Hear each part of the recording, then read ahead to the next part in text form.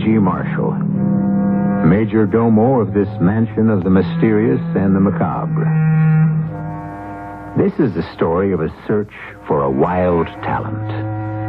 You'll learn all there is to know about wild talents very soon, and you won't like it. In a sense, this is a treasure hunt. But the prize isn't money or jewels or pirate gold. No, nothing like that. And there isn't any ancient treasure map. No, just a very modern telephone directory which a man carries with him in his car as he drives from address to address throughout the city. Mr. Buchanan? Yeah? May I come up, please? Who are you? My name is Davis. John Davis. What do you want? I want to offer you a reward, Mr. Buchanan. $5,000. What? You heard me. $5,000. If. If what? Well, why don't you let me come up and tell you? $5,000? Okay, come on up.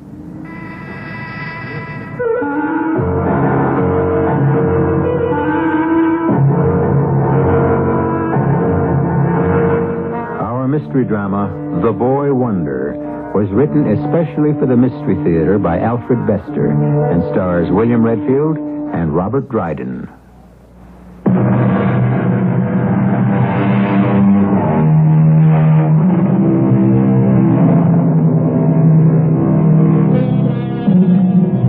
The treasure hunter is named Marion Perkins Warbeck.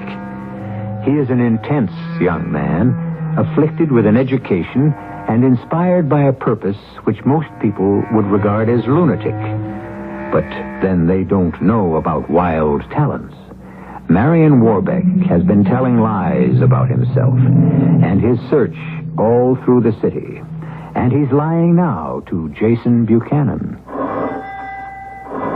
Yeah? It's me, Mr. Buchanan. John Davis, with that reward. $5,000. Right, but I said if. May I come in? Sure. This way. Thanks.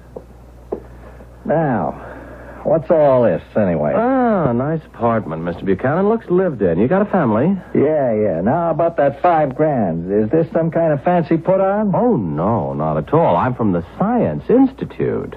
Never heard of it. Well, that's understandable. We're a very quiet organization devoted to research, but we're big, Mr. Buchanan.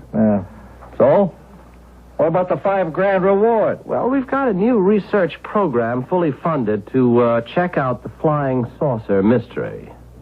Flying saucers? Yes. You've heard of them. Yeah, who hasn't, but... Oh, I know. You don't take the report seriously, but we do. Very seriously. You see, we're trying to put together firm reports of flying saucer sightings, and we're offering a $5,000 reward to reliable witnesses who will be willing to come forward and give evidence. You guys must be crazy. No, not at all. Have you ever seen a flying saucer? No. Oh, that's too bad. Anyway, that's a lot of bunk. Flying saucers? Well, you're entitled to your opinion. Have your children ever seen them? What? Your children. You do have children, don't you? Yeah, but they... How many? 2. Them flying saucers never... Are either of school age? What? Your children, school. Do they go to school? Well, the boy's 28, the girl's 24. They finished school long ago. Oh, I see. Either of them married? Both. Do they have families? What's this got to do Just with... answer the question, Mr. Buchanan. Do you have grandchildren? Yeah, 5. Ah, living in this city?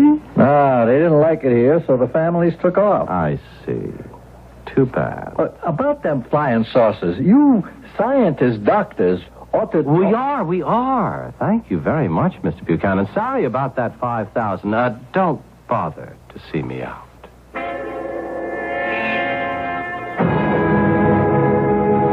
Well, that takes care of Mr. Jason Buchanan. Who's next? Let me see. Here we are. Alfred Buchanan, 776 Post Road. Yes, as listed.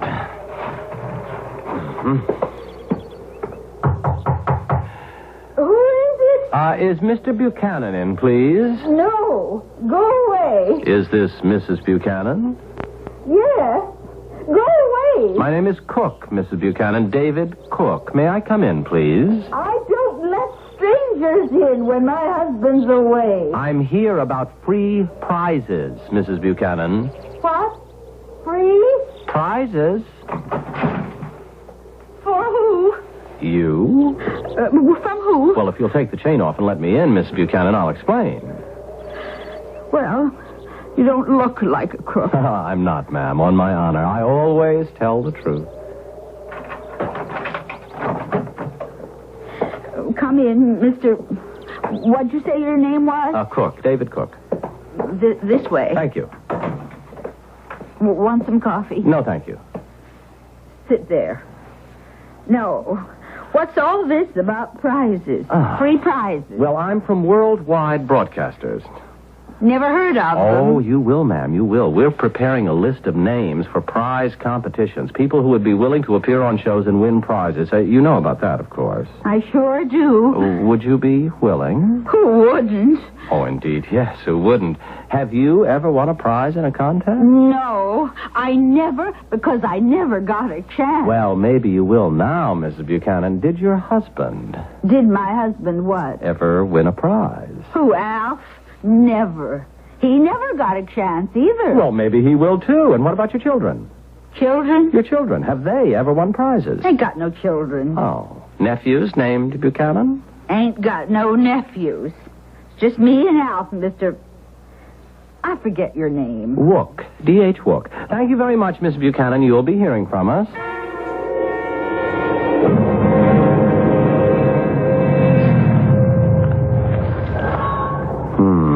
Private brownstone, very elegant, very posh. This might be the hot lead, right. Well, that will be high class, too.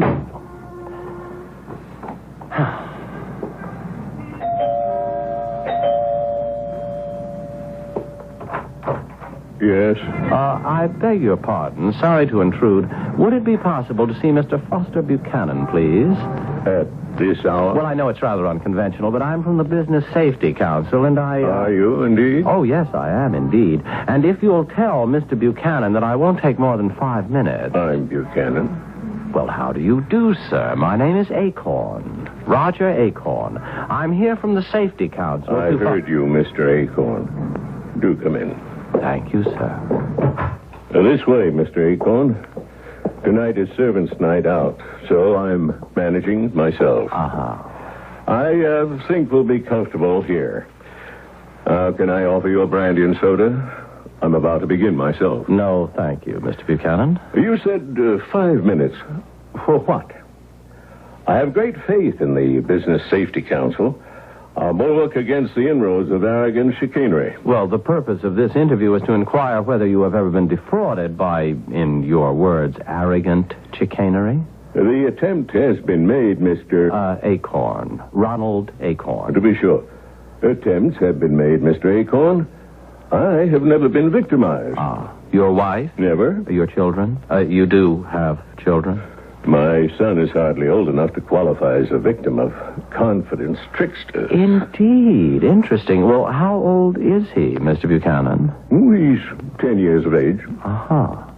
Well, is it possible that he's been tricked at school? There are crooks who specialize in victimizing children, as we know at the Safety Council. Not at my son's school. He's well protected from such riffraff. What school is that, sir? Germanson.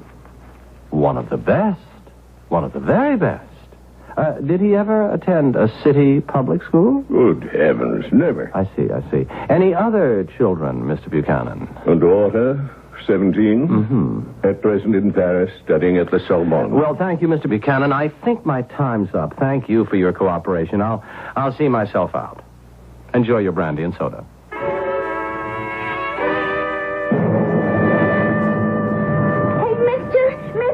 Well, who, me? Yeah, you, mister. Oh, could you, would you mind helping a lady in distress? Lady in distress, come on, they haven't used that expression since the Civil War. Oh, honest, mister, I'm in the craziest kind of jam and I'm scared. Look, I've got exactly $7.50 on me. You're wasting your time. Oh, this isn't a con, mister. Honest, it's a real jam. Well, it better be good. I was driving home and I had to stop for a light back around the corner.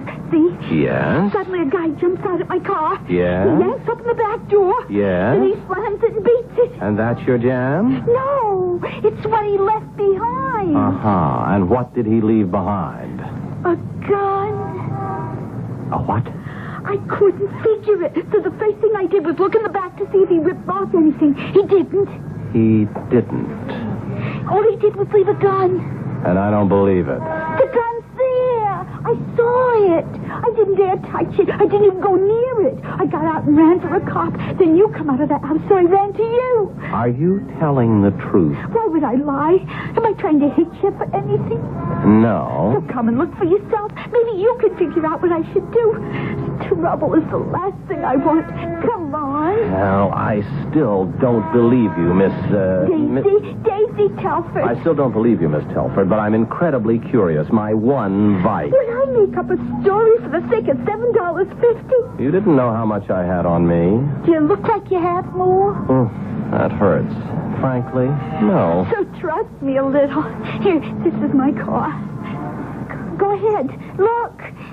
You said the back of the car? On the floor. Well, I don't see any gun. On the far side, behind the driver's seat. Oh, my. On the far side, a gun on the floor, she says, dropped by a mysterious stranger. Oh, Joe, you didn't have to hit him so hard. He's such a nice guy. Daisy, baby, when Joe Davenport cools him, he cools him for keeps. Okay, let's move it out. Mr. Herod's waiting.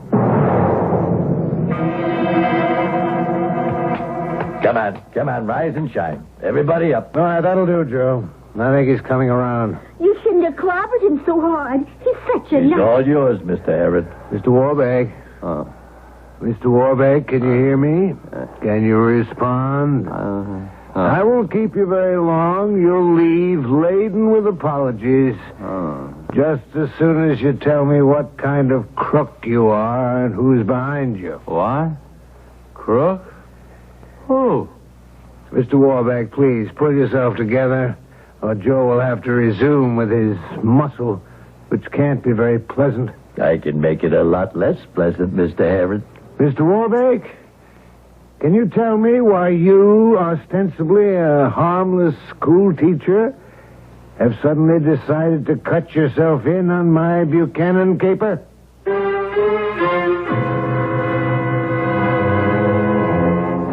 The trouble with a treasure hunt, even if it's only for a boy wonder with a wild talent, is that you may blunder into something totally unexpected. But you don't know about wild talents and their incredible value yet. You'll find out in the second act, which will begin in just a few moments.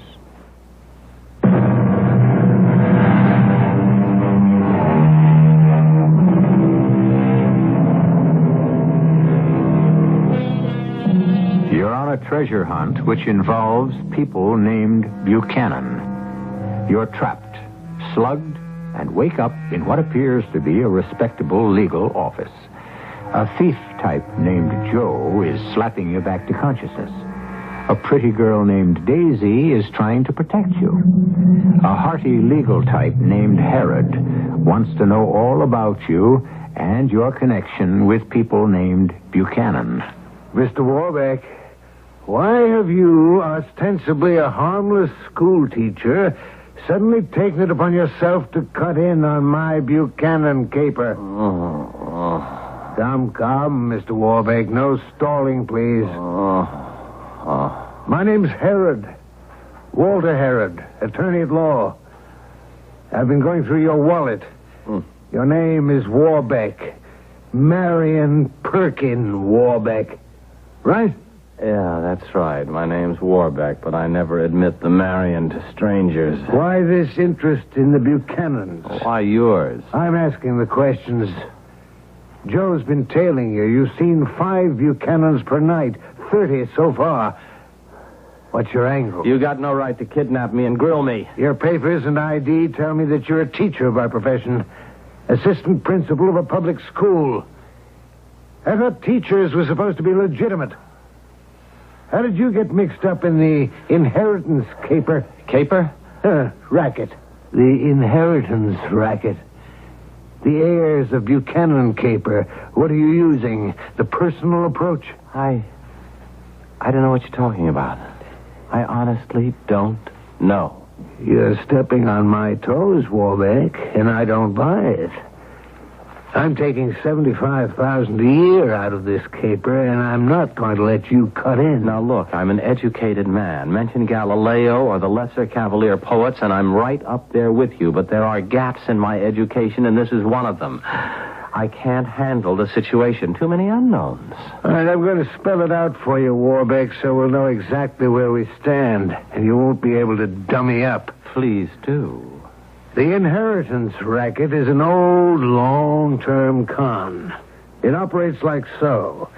The story is that James Buchanan... 15th President of the United States? Yes, the same. Buchanan was a bachelor. The story is that he died intestate, leaving a fortune for heirs unknown. Thrilling news. Today, at compound interest, that estate is worth hundreds of millions. Understand? So far. Anybody named Buchanan is a sucker for this setup. I send them a letter. Tell them there's a chance that they may be one of the heirs. And do they want me to investigate and protect their possible share in the estate? Oh? It only costs a small yearly retainer. Most of them buy it. And now you... Wait a minute. Don't belabor the obvious. I can draw a conclusion. You found out I was checking Buchanan families. You think I'm trying to operate the same racket. A caper? You think I'm trying to cut in? Cut in? Yes, cut in on you? Well, aren't you? Oh, heavenly guardian angel that this should happen to me. Thank you. Thank you. I'll be forever grateful. I think you must have made him a little crazy with that clapper, Joe. Well, aren't you trying to cut in? No. I'm not cutting in on you, Mr. Herod. Look, you will accompany me to my office in the school, and I will show you why I'm interested in the Buchanan. Now, just a minute, Warbeck. I said I'd make it up to you. We'll have to use your car, Miss Telford. Mine's probably been towed away by now. Herod, I'm going into partnership with you three. You've got what I need to locate one particular Buchanan. He's 10 years old, and he's worth millions more than your phony $100 million. Now,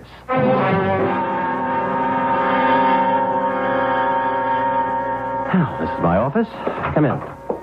Aren't they going to ask about us being here at night? No, Miss Telford. I often work late. Call his closet an office? Well, they aren't very generous to teachers, Joe. Sit down, everybody, if you can find somewhere. And this, Miss Telford and gentlemen, is my buried treasure. You've got $1 million stashed in that file? No, Mr. Herod, just a composition. A composition? Worth $1 million more than your Buchanan fortune. I think this clown is putting us on. Quiet, Joe. We owe him this favor.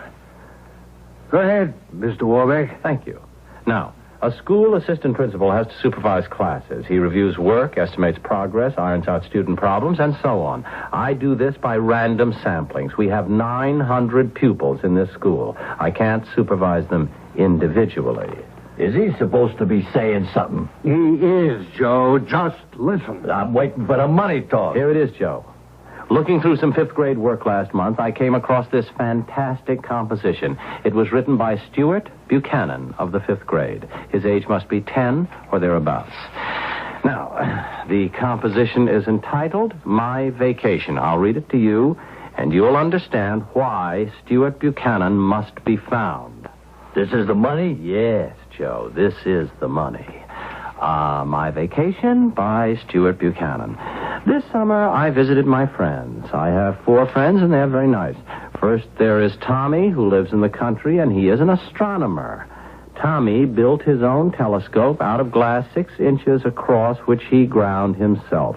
He looks at the stars every night, and he lets me look even when it is raining cats and dogs. Wait a minute, Warbeck, are you putting us on? Patience. Now, let's see. Cats and dogs. We could see the stars because Tommy made a thing for over the end of the telescope which shoots up like a searchlight and makes a hole in the sky to see right through the rain and everything to the stars. Well, Mr. Herod, what do you think of Tommy the astronomer? I don't understand this at all. It couldn't be simpler. Tommy gets bored waiting for clear nights. He invented something that cuts through clouds, a funnel of vacuum, so he can use his telescope in all weather. And what it amounts to is a disintegration beam. The hell you say? The hell I don't. Next friend of Stuart's, and I quote, Then I went to Ann Mary and stayed one whole week. It was fun, because Ann Mary has a spinach changer for spinach and beets and string beans. What the devil is a spinach changer? Spinach changer. Spelling isn't one of Stuart's talents. Where was I? Oh, yes, here. When her mother made us eat them, Ann Mary pressed the button, and they stayed the same outside, only inside they became cake, cherry and strawberry. I asked Ann Mary how, and she said it was by Enhev. You've lost me. Simple. Ann Mary doesn't like vegetables. So, she's just as smart as Tommy, the astronomer. She's invented a matter transmuter. She transmutes spinach into cake, cherry or strawberry. Cake she eats with pleasure. So does Stuart. And you're crazy, Warbeck. Not me. The kids. They're geniuses. There's only one label for them. They're wild talents. Wild talent? What's wild talent? Later. Let's finish up with Lazy Ethel. I continue to read Stuart's composition. My friend George has a sister, Ethel, who is the laziest girl I ever saw. She is big and fat and hates to walk. So when her mother sends her to the store, Ethel thinks to the store and thinks home with all the packages and has to hang around George's room hiding until it will look like she walked both ways. George and I make fun of her because she is fat and lazy, but she gets into movies for free. The end. I don't believe it. I don't believe it. Great little girl, Ethel. She's too lazy to walk, so she teleports. Then she has to hide with her packages while George and Stuart make fun of her. Teleport? That's right, Miss Telford. She moves from place to place by thinking her way there. Oh. There ain't no such thing. There wasn't until Lazy Ethel came along. There wasn't any disintegration beam until Tommy the astronomer invented one. And Ann Mary invented a matter transmuter because she doesn't like spinach. That, friends, is wild talent. Children accomplishing incredible things for childish reasons. I still don't believe it. That kid's got a wild imagination, that's all. Possibly. You just give me 5 minutes with this Stuart Buchanan. I'm a lawyer, and I'll find out. I had the same idea myself. I'm a teacher, and I can find out, but I can't. Why not? Because Stuart Buchanan's done the impossible. He's disappeared. Lock, stock, and barrel. Gone without a trace. He can't be found. Well, which proves he was lying. You caught him in the lie, and he ran. You still think this was just his imagination, Mr. Herod? Well, what else? I'll tell you what else. It's in that part about Ann Mary. Where is it? It's the one who doesn't like spinach. That's the one, Miss Telford. Here. Now, quote. Ann Mary pressed the button, and they stayed the same outside, only inside they became cake, cherry, and strawberry. I asked Ann Mary how, and she said it was by Enhev, end quote. That's E-N-H-V. So, that's a kid's gibberish word. No, Herod. That's how Ann Mary transmuted manner. Well, with a kook word like enva? Come on. No, not Enva, Joe. It took time, but I figured it out. That's Planck's quantum equation. E equals NHV. One of the most abstruse concepts in theoretical physics. Well, Herod? The kid invented that, too. There's coincidence. Does that sound likely? Well, then he read it somewhere. 10-year-old reading quantum mechanics? Nonsense. Oh, damn it, you let me at that kid for 5 minutes. Me too, but he's disappeared. That's why I've been checking every Buchanan in the phone book, trying to locate him. The day I read this composition and sent down for Stuart to have a talk with him, he disappeared into thin air and hasn't been seen since. Well, what about his family? His trouble disappeared, too. What's more, every record of their location had disappeared. A few people remember them vaguely, but that's all. They split, huh? Oh, the very word, Joe. Thank you. Well, what a situation. Here's a child who makes friends with child geniuses. They're making fantastic discoveries for childish purposes. Who knows? Maybe Stuart's got other friends with wilder talents. Is this Stuart a wild talent, too? Probably. Kids generally hang out with their peer group that shares the same interests and talents. And what kind of genius is he? I don't know. A genius for disappearing, maybe. He blabbed like a child in his composition. When I sent for him, he got scared like a child, ran away, and covered his tracks. How did he get into the school files? I don't know. All I know is he destroyed anything that might lead to him. Stuart has run away, and we have got to find him. Just to find out, is he smart? No, Miss Telford, to find his friends. He's the only lead. Surely I don't have to explain. What would the Pentagon pay for a disintegration beam? How many millions would an element transmuter be worth? If we could teleport, travel by mind alone, how powerful would we be? My goodness. Mr. Herod, this professor's almost got me convinced. How about you?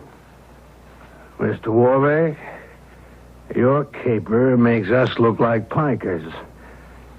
Thanks for letting us cut in on you. We'll pay off. We'll find that kid.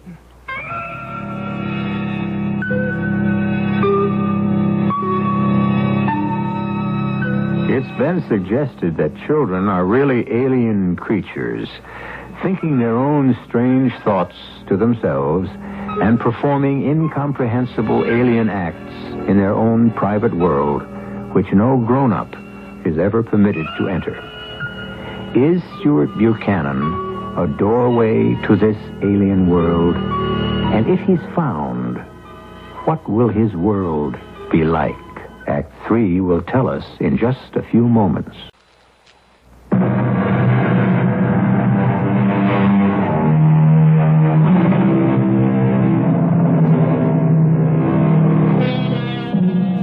Are Stuart Buchanan's friends working miracles with their wild talents, discovering disintegration beams, matter transmuters, teleportation?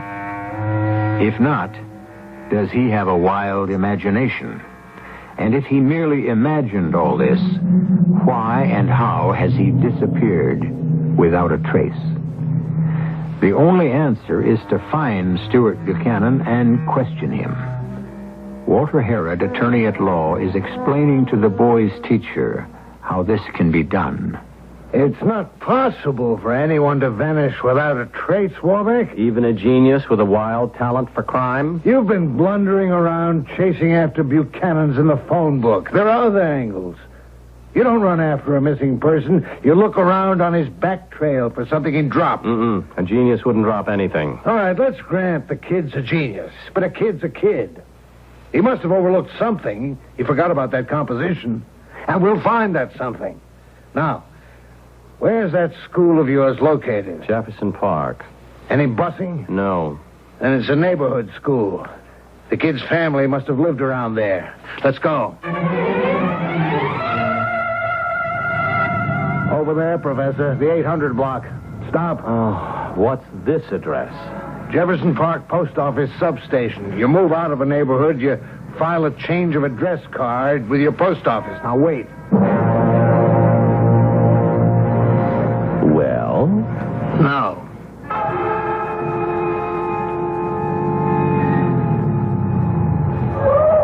And what's this? Election board. All voters are registered. If a voter moves from one election district to another, provision is usually made that a record of the transfer be kept. Ah, clever. Stewart could hardly think of that. Yeah, I'm hoping. Wait for me. Well? No.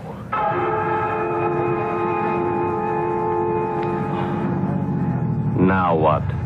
Gas and electric company.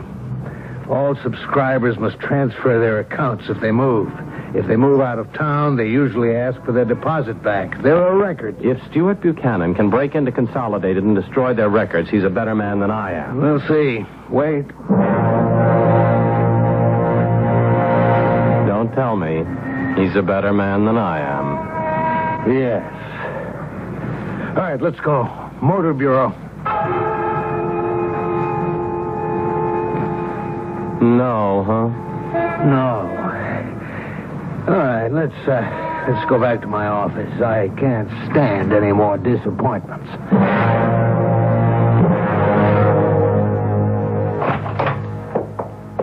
Hi, Mr. Harris. Hi, Professor. Any luck? No. You? Well, maybe yes, maybe no. Please, don't be mysterious, Joe. I'm not. I'm spooky. What about? Well, me and Daisy and Charlie the Clown been covering the Jefferson Park name. What?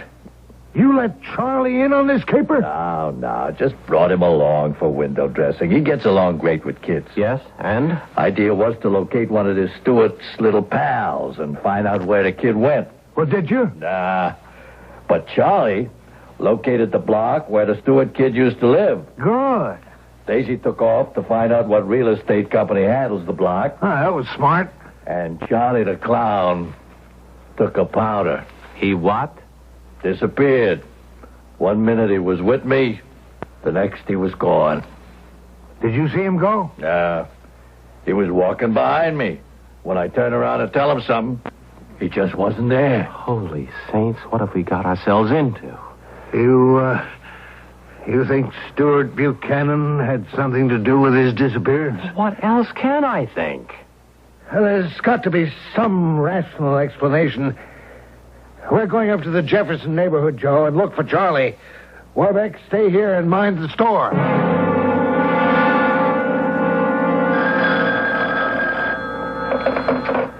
Office of Walter Herod, attorney at law. Oh? This isn't Mr. Harrod. Miss Telford? Yes, you must be the professor. In person. Could you put Mr. Harrod on? Not here. Then Joe Davenport. Same answer. They both left to do some looking. For... I shouldn't say it on the phone. For you know who? Yes. Well, I did some finding. Not you know who. No, but close. I've got him here. Got who, Daisy? The manager of the RG Realty Company.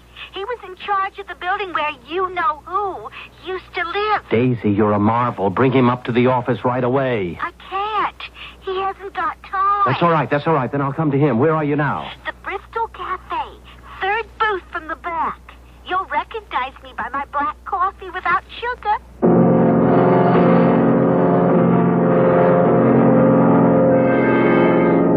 Over here, Professor. Oh, I got here as fast as I could. Where's the manager of RG Realty? Couldn't he wait? Oh, he's still here at the bar. What did you get from him so far? Well, he doesn't remember the family much. Kind of vague, you know. Yes? He remembers the family signed a lease for a 4-room apartment in the Jefferson Arms. Uh-huh. Did he show you the lease? He couldn't. Why not? It wasn't in the files. It was gone. Oh, I might have known. Everything about the family was gone. We've been wondering what kind of wild talent Stuart Buchanan has. Maybe the boy is a thief genius. How does he get at every trace, every record, and destroy it? Now, what's taking RG Realty so long at that bar for? Are you sure he didn't take a powder? Run out on you? No, his hat and coat are hanging right here. He must be at the bar, in a check jacket. Oh, I don't see any check jacket. Do you? No. 3 men there, and nobody checked. Daisy, I'm afraid we've lost another. Oh. I think he's knocking us off one by one.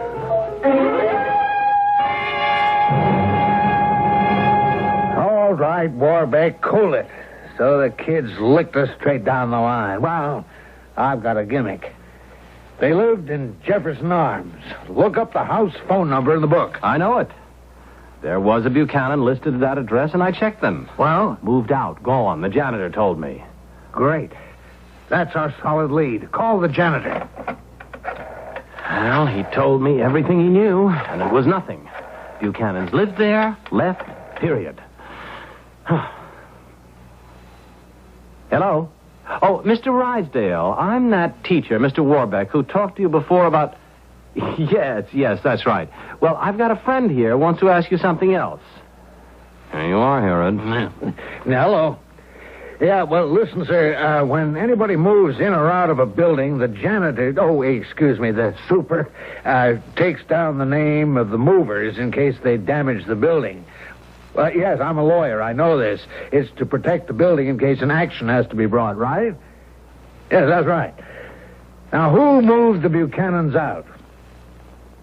Yes, I'll wait. Yes? Oh, thanks.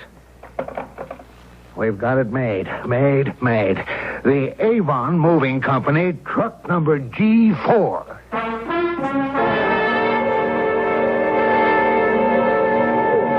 Now, this is why you're here, Daisy. Warbeck and I couldn't get anything from the Avon movers. They had no record of moving the Buchanan family. Well, the kid was pretty thorough. I'm dying to meet him. But they did have a record of the men who worked truck G4 that day. We contacted one of them, and he's going to meet us here in this bar after he quits.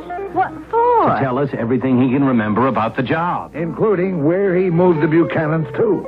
So why me? You want I should ask him something? No, Daisy. I want you should soften him up. You know, How? ask him. Here, hold it. This must be the guy. Oh, good evening, Mr. Moore. It is Mr. Moore. Yeah, Patty Moore. Are you the lawyer guy? Yes, Herod. I've been thinking about what you asked me on the phone. And I asked the rest of the crew. All we can remember about that Jefferson Park job is that it was an all-day proposition. Why all day? Because it took us all the way to hell and gone from Jefferson Park. Where to? Old Town suburb. Old Town? What street in Old Town, Mr. Moore? Maple something. Maple Road. What number? I can't. I couldn't remember. Kid again. Well, we know the street, and I think Daisy may be able to coax Moore into remembering the number. Daisy, love, why don't you and your friend Patty Moore... Daisy? Daisy? Where'd she go? She was right there. She just up and... Gone. Just like that. Gone.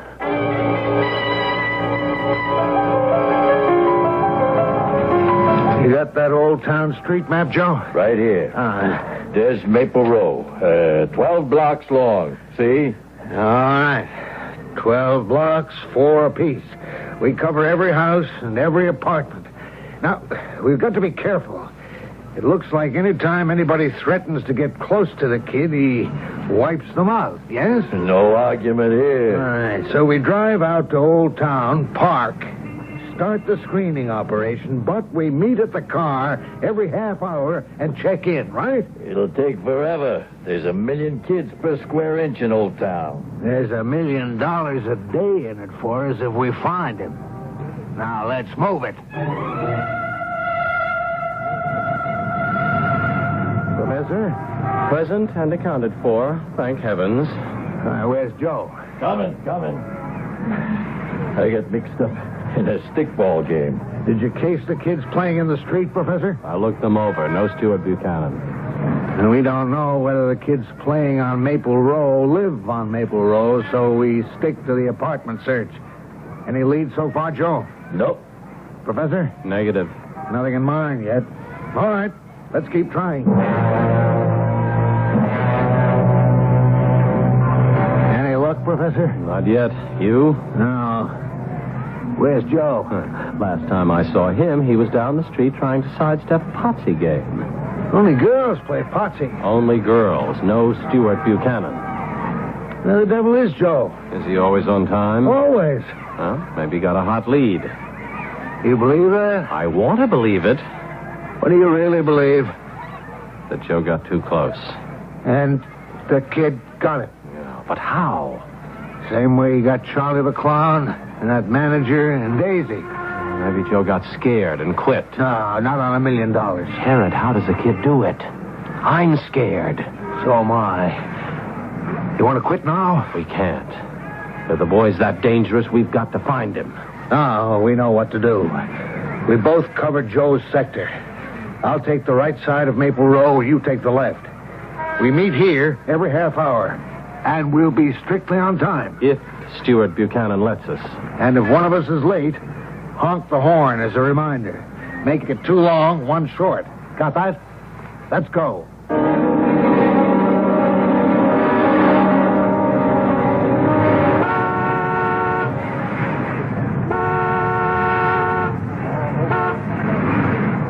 Where are you, Herod? Come on.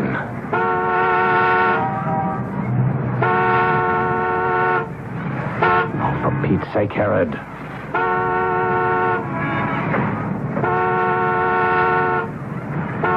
Boy, has a weapon, something he invented with his wild talent, something silly like the others, a special light maybe that murders people, wipes them out like Daisy, and... Oh, what is going to happen when Stuart Buchanan grows up? What's going to happen when the rest of them grow up? He's somewhere in Harrod's sector, right side of Maple Row. This block, destroying us one by one, smiling to himself, a vicious, killing genius. Stuart! Stuart Buchanan? Can you hear me? I'm here, Stuart, waiting for you. Stuart? 85, 90, 95, 100. Anybody round my base is it? Stuart Buchanan! Come out! Come out! Wherever you...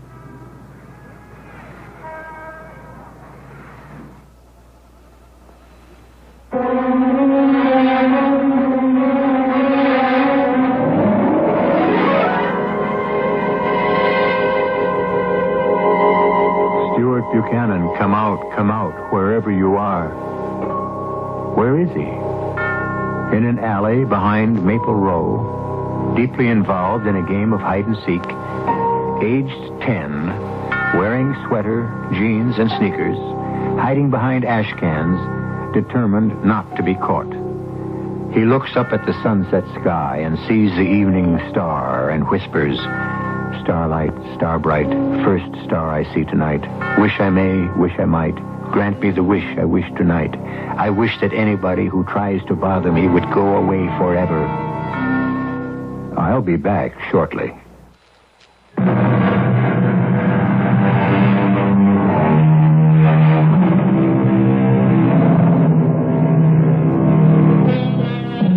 Stuart Buchanan is unaware that he has disposed of Warbeck, Herod, Joe, Daisy, and scores of others who disappeared forever. That he has forced his parents to move from Jefferson Park. That he has wiped out almost every trace of himself in his innocent desire to be left alone and happy. He is unaware that he is a genius with a wild talent. The power of this boy wonder is for wishing and making his wishes come true. And I sincerely hope that none of you has a wild talent in your family. Our cast included William Redfield, Robert Dryden, Ken Harvey, Martha Greenhouse, and Dan Arco. The entire production was under the direction of Hyman Brown. This is E.G. Marshall inviting you to return to our Mystery Theater for another adventure in the macabre. Until next time, pleasant dreams.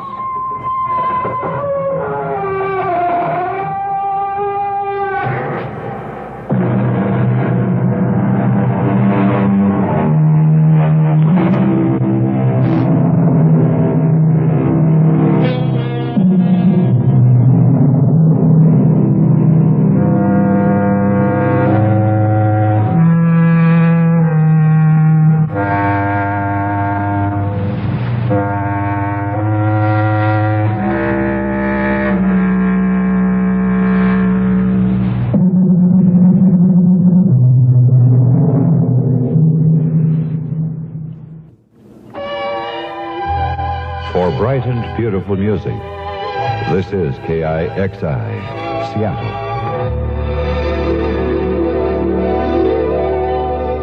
CBS News next on KIXI. It's now 11 o'clock.